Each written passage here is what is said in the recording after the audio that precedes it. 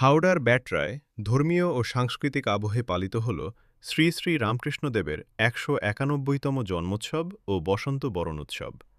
ব্যাটরা Annapurna library ও হাওড়া অন্নপূর্ণা ব্যায়াম সমিতির উদ্যোগে আয়োজিত এই অনুষ্ঠানে উপস্থিত ছিলেন বহু ভক্ত ও স্থানীয় বাসিন্দারা।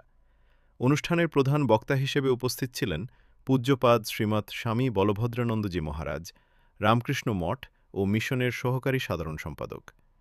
তিনি তার বক্তব্যে শ্রী শ্রী রামকৃষ্ণদেবের আদর্শ, মানবধর্ম এবং সমাজ কল্যাণের বার্তা তুলে ধরেন।